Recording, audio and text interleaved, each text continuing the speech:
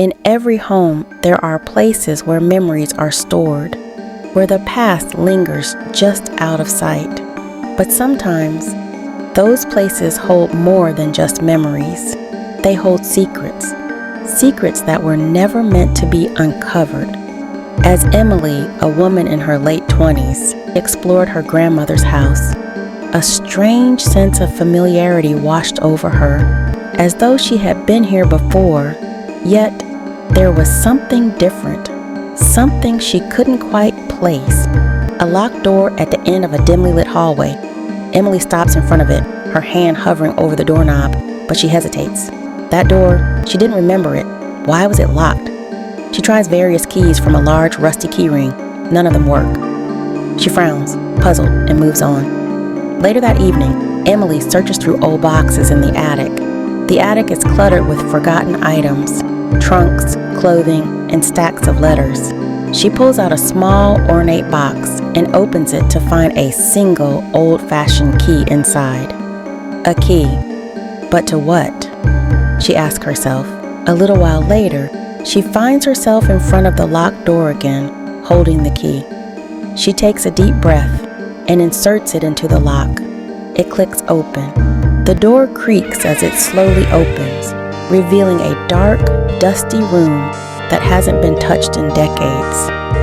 The air is thick with the scent of old wood and forgotten times. Emily steps inside, the floorboards creaking under her weight.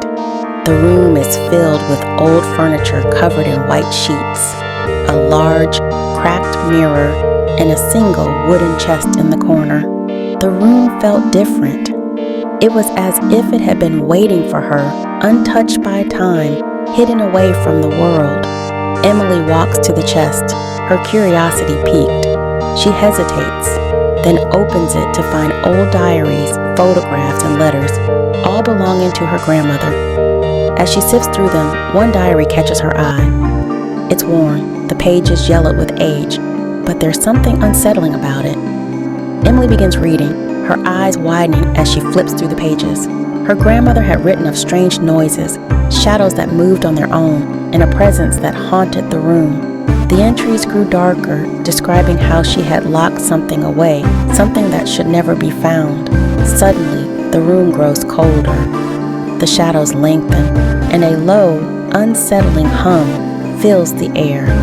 Emily looks around, her breath visible in the cold air. Her attention is quickly taken towards the cracked mirror, where a faint, ghostly figure appears behind her. Emily freezes, her heart pounding. The figure, a pale and sorrowful woman, doesn't move. It simply stares at her with hollow eyes, filled with despair. Emily stumbles back, dropping the diary, her fear palpable. Some secrets are meant to stay hidden. Some rooms are meant to stay locked. The next morning, Emily stands in the garden, looking up at the house.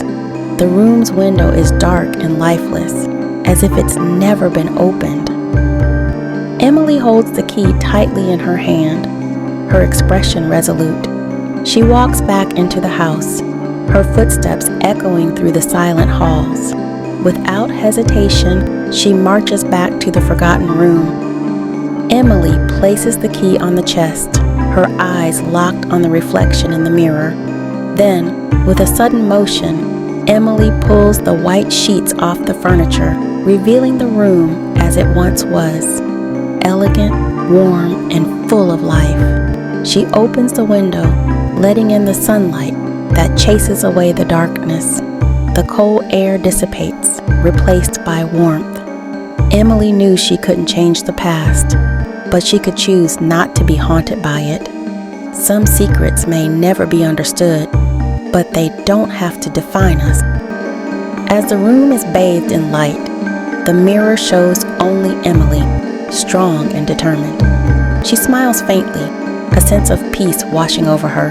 The past is always there, but it's our choice whether to live in its shadows or to walk in the light.